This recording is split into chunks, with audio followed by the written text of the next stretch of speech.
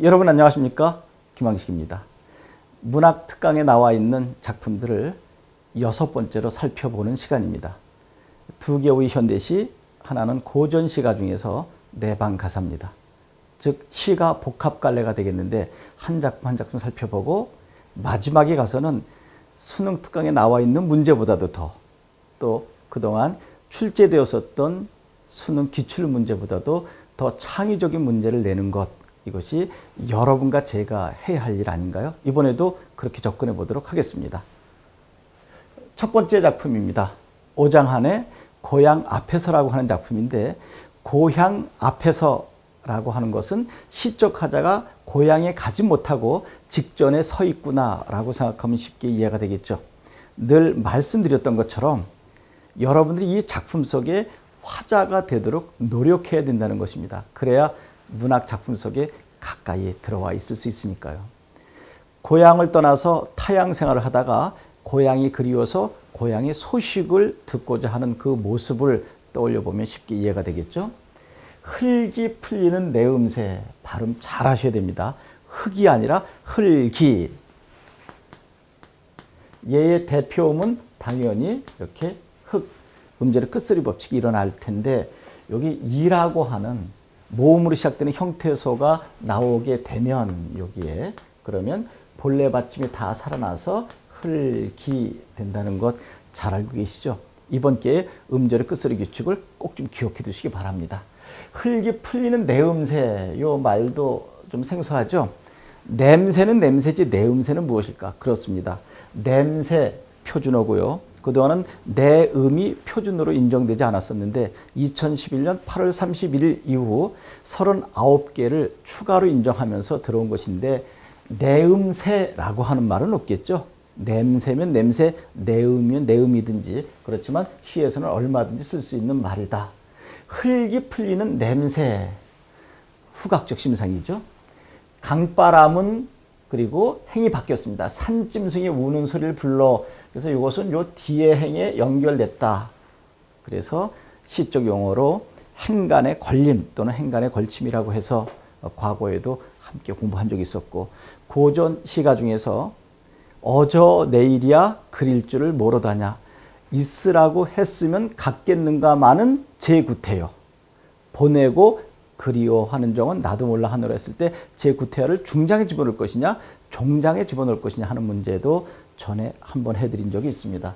여기서는 밑으로 가서 강바람은 산짐승의 우는 소리를 불러, 강바람이 부르는 거죠. 의인화시켜주고 있습니다. 산짐승의 우는 소리를 불러 다 녹지 않은 얼음장 울멍울멍. 이때 울멍울멍이라고 하는 것은 얼음이 녹아 흘러가는 그 모습을 이야기하는 것이죠. 음성 상징어 중에서 모습을 이야기했으니까 의태어라고 볼 수 있겠죠. 울멍울멍 떠내려간다. 제가 어휘어법을 상당히 중시하는 선생인데, 이 떠내려간다라고 하는 말도 도대체 어떻게 이루어진 단어인가 하는 것 좀 잘 봐야 될 텐데, 공부를 정말 깊게 많이 하고 싶은 사람들은 이 단어의 형성 방법도 깊게 접근해 봤으면 좋겠습니다. 숙제를 한번 내줄게요. 떠내려간다가 몇 개의 단어인지, 또 몇 개의 단어 잡아냈으면 단어 형성 방법 중에 어디에 속하는지, 또 더 나아가서는 형태소의 개수는 몇 개인지, 이런 정도 알아두었으면 좋겠습니다. 여하튼 흙이 풀리는 냄새의 강바람은 산짐승의 우는 소리를 불러. 그러니까 겨울에서 봄으로 오는 단계죠. 그러니까 겨울에서 봄으로 오는 단계인데, 계절감은 이른 봄이라고 보면 좋을 것입니다. 진종일 하루 종일 어디에서, 나룻가에서 서성거리다가, 나룻가, 나루 플러스 가의 합성어고 여기 사입소리 현상이 일어난 것입니다. 하루 종일 고향으로 가는 그 나룻가에서 서성거리다 행인의 손을 쥐면 따뜻하리라. 왜? 고향 소식을 들을 수 있기 때문에 얼마나 따뜻할까라고 하는 것이죠. 고향 가까운 주막에 들려가 아니라 들러라 그랬습니다. 고향 가까운 주막에 들러 누구와 함께 지난날의 꿈을 이야기하랴. 이때 양구비라고 하는 것은 양귀비라고 하는 말인데, 원래는 양귀비라고 하는 마약이죠. 그런데 여기서는 수제비의 다른 표현이라고 합니다. 수제비가 나을 것 같아요. 그 주막에 있는 노인이 그 마약을 끓일 리가 없겠죠. 수제비를 끓여다 놓고 주인집 늙은이는 공연히 눈물을 지운다. 왜? 아니 왜 눈물 지을까? 여기서 시적 화자가 고향이 그리워서 고향 소식을 듣고자 하는데 주막집의 노인 역시 자기의 고향이 있었을 거 아니겠습니까? 그러니까 나처럼 고향을 생각하면서 눈물을 흘리고 있는 것이 아닌가라고 하는 어떻게 보면 똑같은 마음을 가지고 있겠다. 간간히 잣나비 우는 산기슭에는 잣나비라고 하는 것은 원숭이죠. 원숭이를 우리는 산속에서 만날 수 없어요. 동물원에서나 만나는 것인데 문학 작품 속에서 잣나비가 무덤가에서 온다 그러면 쓸쓸한 분위기를 조성하는 것입니다. 항상 쓸쓸한 무덤가의 풍경을 이야기할 때는 원숭이가 운다라고 표현하고 있거든요. 우는 산 기슭에는 아직도 무덤 속에 조상이 잠자고 이때 무덤 속에 조상이 잠잔다는 것은 자기 고향 마을에 조상이 무덤이 있다라고 하는 것이죠. 설레는 바람이 가랑잎을 휩쓸어 간다. 네, 설레는 표기 잘했습니다. 설레이는이 아니라 설레는 제대로 됐죠. 이렇게 해서 흘기라고 하는 음절의 끝을 법칙 좀 잘 알아두고 내음새, 냄새도 좀 보고 울멍울멍 의태어라고 하는 것도 또 떠내려간다가 단어 형성 방법 중에 어디에 속하는가 나룻가라고 하는 사이슬 현상도 봐주고 들러가 아니라 들러라고 하는 표기법 들르다죠. 또 양귀비 됐고 그 다음에 잣나비가 쓸쓸함을 조성해주는 시어고 설레있는이 아니라 설레는이라고 했었던 것 살펴보고요. 아직 이제 고향 앞에 있는 것입니다. 예제로 떠도는 예제는 뭘까? 여기저기로 떠도는 장꾼들이요. 상고는 이제 장사하면서 오가는 길에 혹여나 보셨나이까? 그러니까 여기저기 떠드는 장꾼들이요. 상고하며 오가는 길에 혹시 보셨습니까? 전나무 우거진 마을 집집마다 누룩을 디디는 소리, 누룩은 술을 만드는 원료, 재료가 되는 것이죠. 이걸 이제 디디는 소리, 그러니까 뭐가 됐어요? 청각적 심상이죠. 누룩이 뜨는 내음새, 후각적 심상입니다. 이것은 감각의 전이는 아니죠. 얘는 청각, 얘는 후각 이렇게 씁니다. 감각의 전이는 공감각적 심상이라고 했었죠. 푸른 종소리, 종소리는 푸르다. 청각의 시각 이런 것들이지만 여기서는 각각 감각이 따로 존재하고 있죠. 그리고 줄임표가 있습니다. 그러니까 이렇게 명사용어로 끝내주면서 명사로 끝내주면서 고향에 대한 그리움을 상상할 수 있게 만들어준 것이죠. 독자들 당신들도 더 한번 생각해봐. 생략, 여운, 암시를 줄임표로 보여주고 있습니다. 5장 안에 고향 앞에서 라고 하는 작품인데 이와 같은 고향을 주제로 한 작품들이 상당히 많죠. 그것을 엮어서 출제로 낼 확률이 매우 많은데 이 수업 끝나고 난 다음에 정리해 보도록 하겠습니다. 제목 고향 앞에서 제작 화상태로 접근하는 것입니다. 오장한 작가 잘 모르겠지만 어떤 사람들은 월북 작가라고도 이야기하기도 합니다. 그래서 임하, 이용학, 정지용, 백석, 이태준 이런 사람들과 함께 묶어서 북쪽으로 간 작가, 물론 백석이라고 하는 작가는 제북 작가라고 했고 정지용이라고 하는 사람은 납북 작가라고 이야기하기도 합니다. 화자는 고향에 돌아가지 못하는 사람, 도대체 고향에 왜 돌아가지 못할까라고 하는 것입니다. 그냥 돌아가면 되지 왜 돌아가지 못할까 생각해 보는 것도 중요하겠죠. 고향으로 가지는 못하고 고향 앞에서 서성거리고 있다. 이 부분 상당히 중요합니다. 왜 고향을 가야 되는데 고향 앞에까지만 가고 고향에 들어가지 못할까? 내가 생각하는 고향이 아니라서 못 가는가? 그렇다면 황석영이 삼포 가는 길을 엮어볼 수 있겠죠. 정씨와 영다리가 있는데 그렇게 마음의 정신적 안식처인 고향을 앞에 두고 정씨는 가지 않으려고 합니다. 이유는 자기가 생각하는 정신적 안식처인 고향이 산업화되었기 때문에 가도 소용없다라고 하는 것이고 영달이라고 하는 친구는 일거리 없는데 잘 됐다. 물론 내 고향이 아니고 친구인 정씨의 고향이지만 산업화되어 있다면 일자리가 많이 있지 않겠는가라고 하는 부분에서 똑같은 상황에 각각 다른 생각을 가지고 있다 해서 동상이몽으로 접근한 작품이 있기도 하죠. 여하튼 그렇게 소재가 나오든 주제의식이 나오든 간에 연관된 작품들을 여러 개 엮어서 접근한다면 어떤 문제가 나와도 쉽게 해결할 수 있겠죠. 그 다음에 주제로 보겠습니다. 갈 수 없는 고향에 대한 강렬한 글입니다. 왜 갈 수 없는지 이 부분을 보기로 주고 여러 가지 가정적 사항을 설정해서 문제를 풀게 할 수도 있을 것입니다. 그 문제를 놓고도 접근할 수 있겠죠. 조금 전에 이야기했던 것처럼 내가 그토록 가고자 했는데 내가 생각한 고향이 아니고 바뀌어져 있기 때문에 그래서 갈 수 없다라고 하는 보기를 준다면 그것과 같이 연결시킬 수 있는 것은 황석영의 삼포 가는 길로 연결시키면 될 것이고요. 근데 정말 갈 수 있는데 어떤 외적 상황, 가지 못하게 하는 부정적인 외적 상황 때문에 못 가게 된다면 또 다른 작품과 연결시킬 수도 있겠죠. 이렇게 해서 고향에 관계된 작품으로 엮을 수 있는 것들을 다 엮어보는 것도 중요하겠죠. 이런 것들이 이제 엮어서 그물망으로 치는 수업이라고 볼 수 있겠는데, 고향에 해당되는 작품 대체로 정주영의 작품 잡으면 좋겠죠. 정주영의 고향이라고 하는 작품이 있고 또 그 유명한 향수라고 하는 작품 알죠? 대중가수 이동원과 또 성악가인 박인수라고 하는 사람이 함께 불렀던 향수. 그 다음에 백석이라고 하는 작가의 고향이라고 하는 작품도 있고요. 그 다음에 신경님의 유명한 작품인데 이것은 수능에 같이 엮여져 있었죠. 신경님의 고향길이라고 하는 작품도 함께 엮으면 상당히 좋은 작품이 될 것이고요. 물론 장르는 다르지만 현진건의 고향이라고 하는 단편 소설을 잡아가는 것도 매우 좋을 것입니다. 고향이라고 하는 작품, 그 다음에 현대 시조 작가라고 할 수 있죠.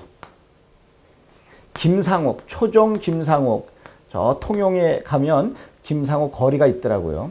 김상옥의 사향이라고 하는 현대 시조가 있는데 요 현대 시조 요 세 수가 이렇게 나와 있는데 하나, 둘, 세 수가 있습니다. 초중 종장이 아니고 연시조죠. 하나, 둘, 세 개인데 앞에 현재에서 과거 속으로 들어갔다가 다시 현재로 나오는 거죠.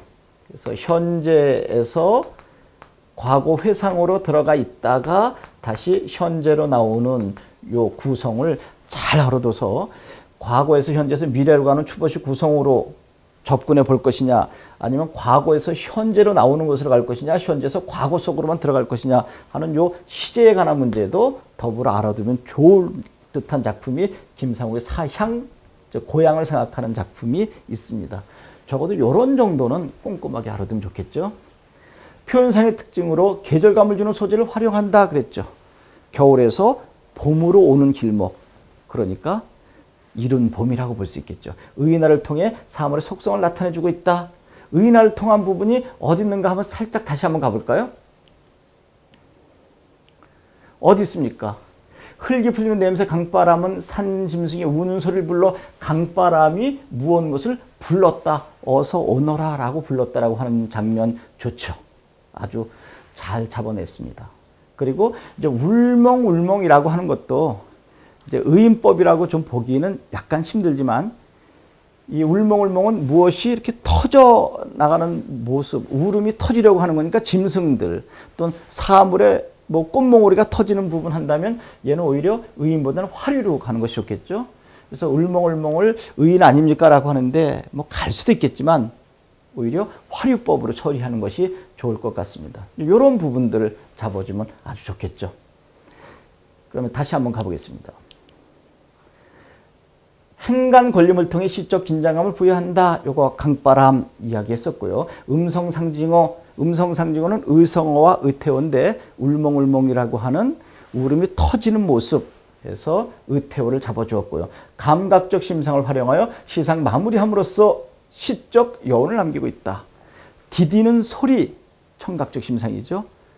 그 다음에 누르기, 뜨는 내음새, 그랬으니까 후각적 심상, 그리고 명사로 끝내주고 있습니다. 이렇게 해서 105장 안에 고향 앞에서를 백석의 고향이나 정지영, 신경님, 현진건, 김상옥의 그 밖의 작품과 엮어서 수능 문제를 냈으면 참 좋겠다라고 하는 것까지 갔었는데, 특히 김상옥의 사향이라고 하는 작품을 가지고 현재에서 과거 회상으로 들어갔다 현재로 나오는 것까지 갔었는데, 이런 부분들을 어느 작품까지 가면 수능으로 한 문제 낼 수 있을까요? 백석의 여승을 잡으면 되겠죠. 현재, 여성을 만나서 과거 회상으로 들어가는 장면. 당연히 이육사의 광해를 보면 과거, 현재, 미래, 추모식 구성도 함께 엮을 수 있겠고 박제삼의 추억에서도 회상으로 접근해 보는 문제를 낼 수 있겠죠. 다음 가보겠습니다. 이번에는 듣고 보지 못한 작품인데 박성우의 두꺼비라고 하는 작품입니다. 그래서 처음에 이 시를 끝까지 꼼꼼하게 읽기 전에는 정말 두 마리의 두꺼비를 키우는 것처럼 보기 쉬운데 얼마나 참신하게 비유했는지 잘 알게 될 것이고 이 작품 끝나는 순간 당장 여러분의 아버지의 손을 만져보려고 했을 것입니다. 아버지의 거친 두 손을 보면서 이 작품 속에 나오는 이 화자의 아버지라고 볼 수도 있을까요? 아니면은 이 등장하는 아버지의 두 손처럼 우리 아버지 손이 두꺼비처럼 다 터져서 슬픈 눈물을 짓지 않을까요? 한번 아버지의 눈물을 아버지가 여러분들 얼마나 생각을 하고 또 애착을 갖고 일을 해왔는지 그것을 손에서 증명해 볼 기회가 있었으면 좋겠습니다. 구체적으로 가보겠습니다. 아버지는 두 마리의 두 두꺼비를 키우셨다. 이제 두 두꺼비가 뭔지 감 다 잡혔죠. 너무 빨리 알려줬습니다. 아주 거친 두 손입니다. 두꺼비 같은 손이죠. 해가 말끔하게 떨어진 후에야 그러니까 퇴근 시간이죠. 해가 석양이 지고 난 다음에야 그러니까 완전히 해가 떨어진 후니까 저녁이죠. 퇴근하셨던, 하셨던, 키우셨다. 과거 회상입니다. 하셨던 아버지는 두꺼비부터 씻겨주고 오시자마자 자기들 돌보지 않고 이제 세면대에 가서 먼저 손부터 닦았다는 이야기겠죠. 근데 여기에서 이 아버지를 지켜보고 있는 화자는 우리보다 두꺼비를 더 사랑해 주셨어 라고 표현하고 있습니다. 늦은 식사를 했다. 동물 애호가도 아닌 아버지가 녀석에게만 관심을 갖는 것 같아 나는 1인칭 화자가 표면화되고 있습니다. 녀석을 시샘했다. 여기까지는 정말 징그럽게도 아버지가 두 마리 두꺼비를 키우는 것처럼 생각할 수 있거든요. 그런데 여기 지금 뭐가 하나도 없어요. 마침표, 쉼표가 하나도 없습니다. 한 번은 아버지가 녀석을 껴안고 주무시는 모습을 보았는데 귀에는 이때다 싶어 살짝 만져보았습니다. 두 마리 두꺼비를 만져봤거든요. 그런데 녀석이 독을 뿜어대는 통에 이 부분이 상당히 중요한 것입니다. 독을 뿜어대는 정말 여러분 두꺼비에 독이 있긴 있거든요. 우리 두꺼비 못 만지게 했었거든요. 근데 여기서 그 두꺼비의 독을 이야기하는 것이 아니라 무엇일까요?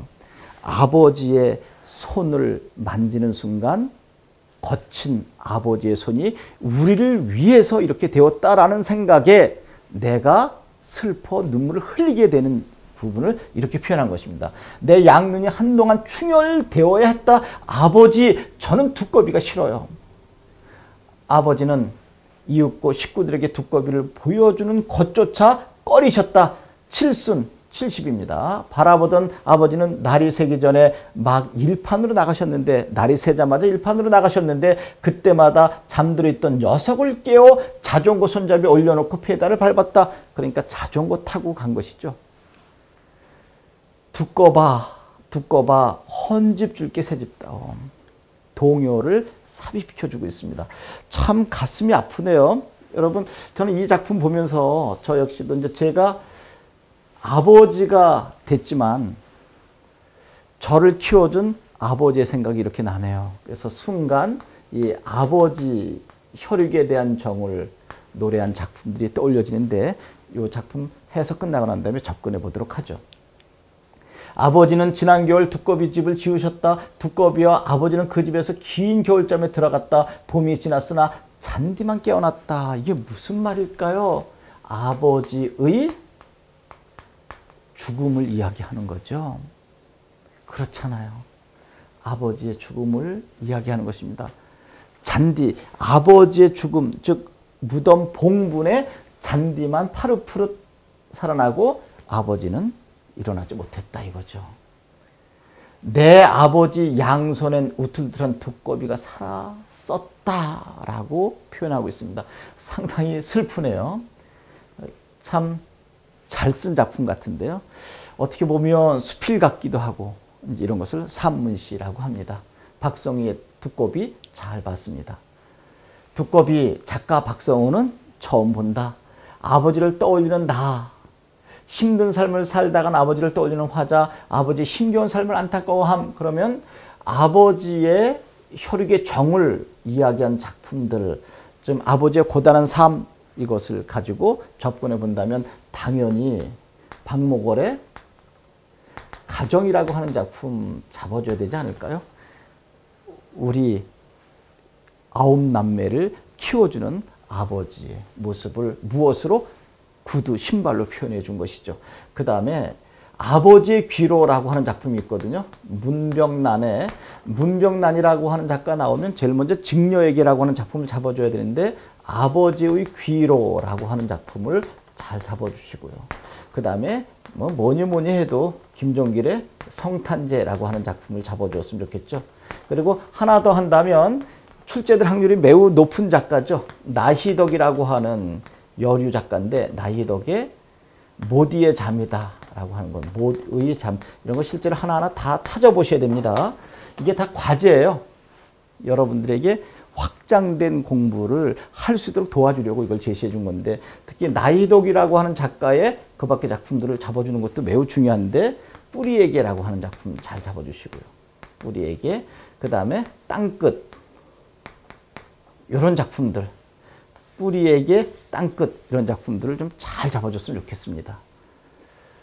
주제, 고달픈 인생을 살다가 한 아버지에 대한 회상, 이제 회상이라고 하는 것. 또 표현상의 특징으로는 과거 시제를 사용했다. 과거 시제 사용했습니다. 회상이기 때문에 시간의 변화가 시상정에 큰 역할을 준다. 그렇죠. 과거 회상으로 쭉 내려가서 이제 지금 현재로 돌아오는 장면 나와줬고요. 따옴표 없이 대화를 인용하고 있습니다. 앞에 이 부분 잡아줘야 되거든요. 따옴표 없이 어느 부분이에요? 여기 두 번째 연, 세 번째 연을 잘 보면 어느 부분이 따옴표가 없는지 찾을 수 있을 겁니다. 이런 것들은 여러분들이 꼼꼼하게 읽고 찾아보시기 바랍니다. 그 다음에 동요를 인용하고 있다. 됐죠? 구체적 대상으로부터 시상을 이끌어내고 있다. 구체적 대상 살펴보았죠? 뭡니까? 두 거친 손, 두꺼비가 되겠죠? 이렇게 해서 박성우의 두꺼비라고 하는 작품을 살펴보고 아버지에 대한 혈육의 정, 그래서 여러 사람의 작품을 살펴보는 과정 속에서 여류 작가 나희덕의 작품을 서너 개 살펴보았습니다. 이번에는 고전 시가 중에서 내방가사라고 하는 것입니다. 관등가인데 관등가는 4월 초파일 때 등을 켜는 행위다라고 하는 것인데, 이것은 어떻게 보면 청상과부가 독수공방하면서 님을 기다리고 있는 내용이다라고 보면 되겠죠. 정월 상원일에 달가 노는 소년들은 답교하고 노는데, 대체로 가사나 사음보죠. 달가 노는 소년들은 답교하고 노니는데 우리 임은 어디 가고 답교할 줄 모르는 거. 사음보의 율격을 가지고 있죠. 정월 상원일에 달가 노는 소년들은 답교는 달이 밟으면서 노니는데 우리 임은 어디 가고, 다른 사람들은 다 다리 밟기 놀이를 하는데 답교할 줄을 모르는 거. 그 다음에 이제 2월입니다. 정월 2월 청명일에 나무마다 춘기 들고, 춘기는 이제 봄 기운이 스며들고 잔디 반복되어 나타나는데, 잔디, 파란 잔디에 속잎이 솟아나니 만물이 활락한데 우리 임은 어디 가고 춘기 든 줄 모르는 거. 봄이 돼서 모든 것들이 다 이렇게 활락한 상태로 나타나는데 내 임은 어디에 가서 이 봄 기운이 나타났는지도 모르고 있느냐. 세 번째 가보겠습니다. 3월 3일에 강남서 나온 제비 왔노라 현신하고, 제비가 나왔노라 하고 현신 몸을 나타내주고, 소상강 기러기는 가노라 하고 하직한다. 그러니까 제비가 나왔어 라고 하고 기러기가 나 갈게 라고 의인화시켜주고 있네요. 이화 도화 만발하고 백꽃, 복숭아꽃 만발하고 행화 방초. 행화는 살구꽃 또는 은행나무라고도 하고요. 방초는 꽃다운 풀을 흩날린다. 그러니까 봄 기운이 확 돋아나고 있는 것이죠. 그런데 우리 임은 어디 가고 화유할 줄, 이 꽃 속에서 이렇게 논일 줄을 모르는 거. 이제 4월 가는데 요 4월에 관등이 제목이 된 것이죠. 4월 초파일에 관등하러 임고대하니 높은 곳에 오르니 원근 멀고 가까운 높고 낮은 고조의 석양은 비스듬히 비껴가는데 어룡등, 봉학등, 이제 등의 종류를 쭉 열거하고 있는 것입니다. 두루미 남성이며 종경등, 선등, 북등이며 수박등, 마늘등, 가마등, 난간등과 사자탄, 채갈. 이때 채갈이라고 하는 것은 인형에서 팔과 다리에 줄 잡아 다니면서 움직이게 하는 것입니다. 채갈이며 호랑이 탄, 오랑캐라. 정월, 2월, 3월, 4월 이렇게 이제 그 다음에 이제 5월 나올 차례죠. 발로차, 구울등에 이럴등 발가 있고 칠성등 버렸는데 동령은 동쪽 고갯마루에 월성하고 달이 떠오르고 곳곳에 불을 켠다. 그런데 이렇게 관등놀이 하는데 우리님은 어디 가고 관등할 줄 모르는고라고 이제 4월령이 끝났고요. 5월입니다. 5월 단오일에 남의 집 소년들은 높고 높게 그네 메고, 남의 집 소년들은 높게 그네 메고, 추천을 이야기하는 거죠. 그네를 타고 한 번 굴러 앞이 높고 두 번 굴러 뒤가 높아 추천하며, 이때 추천은 그네라고 하는 말도 되고 그네 뛰다라고 하는 두 가지 의미를 가지고 있습니다. 우리 임은 어디 가고 추천할 줄 모르는 거, 누구누구를 추대하다 추천하다가 아니라 그네 뛸 줄을 모르는가라고 하는 것이 나왔는데, 이런 것을 뭐라고 할까요? 그래서 원령체가라고 하죠. 이제 시험 문제에 출제가 된다면 당연히 이 관등가를 놓고 갈 때는 원령체가가 나오겠죠. 두 작품 무조건 알아둬야 되지 않을까요? 이런 이야기 할 때 여러분 입에서 이 작품들이 계속 떠올려줘야 되겠죠. 고려 소교 중에 동동이라고 하는 작품, 얘는 1월부터 12월까지 돼 있죠. 원령체가의 대표적인 작품이라고 하는 것인데 1월부터 12월이니까 12연으로 됐다고 생각하기 쉬운데 13연이죠. 왜냐하면 정월령 앞에 서사에 해당되는 것이 있기 때문에, 또 동동을 가지고 모방했다고 할 수 있는 정약용의 둘째 아들 정학유의 농가 원령가라고 하는 가사가 있습니다. 그러니까 동동은 고려 때 소교가 되고 농가원령가는 조선시대 때 가사가 되는 것이죠. 이런 것들이 바로 원령체가다. 이것에 영향을 받은 것이 이것 아니겠는가. 작자 무지상에 관등하니까 이 작자는 뭐 여성이 될 것 같은데, 여기 지금 5월령까지 나왔는데 이게 또 어디에는 6월령부터 12월까지 여기에 덧붙여서 만든 것도 전해진다고 하는데, 관심 있으면 찾아보시기 바랍니다. 이렇게 해서 만약에 수능 문제가 나오면 원령체가로 적분해서 동동과 논가 원령가를 엮어낼 것이고, 그 다음에 하나 더 낸다면 이제 추천이라고 하는 시호를 가지고 낼 수 있을 것 같습니다. 추천이라고 하는 말이 나온 것은 어디까지 올라가면 좋을까요? 경기차가의 효시라고 하는 한림별곡, 한림 제2한림별곡이 1장부터 몇 장까지 되어 있습니까?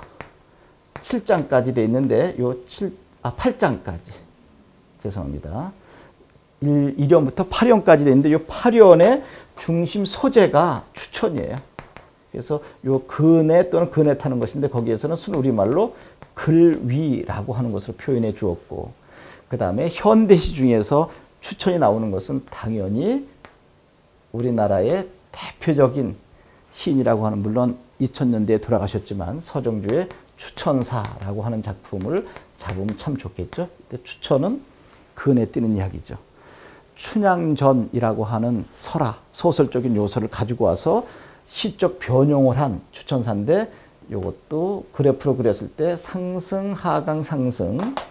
그래서 그네를 타고 저쪽 색이 이상향을 가려고 하지만 그네가 그네줄에 묶여서 못 가는 그 장면, 또 다른 서방 정토로 마음대로 가는데 나는 갈 수 없는 부분, 이 부분을 하강의 이미지로, 그렇지만 바람이 파도를 밀어 올리듯이 향단한 네가 멈춰있는 나를, 그네를 다시 밀어 올려서 저쪽 세계로 갈 수 있게 해달라라고 하는 상승 곡선을 그려준 서정주의 추천사를 엮으면 아주 좋은 문제로 갈 수 있을 것 같습니다. 그러니까 여기서 소재를 가지고, 즉 추천이라고 하는 소재로 한림별곡의 8번째 장 추천을, 또 현대시 서정주의 추천사를 가지고 상승, 하강, 상승, 즉 이상세계를 그네를 타는 행위로 극복하려고 애쓰는 작품을 엮어간다면 상당히 좋은 문제가 되지 않을까 생각합니다.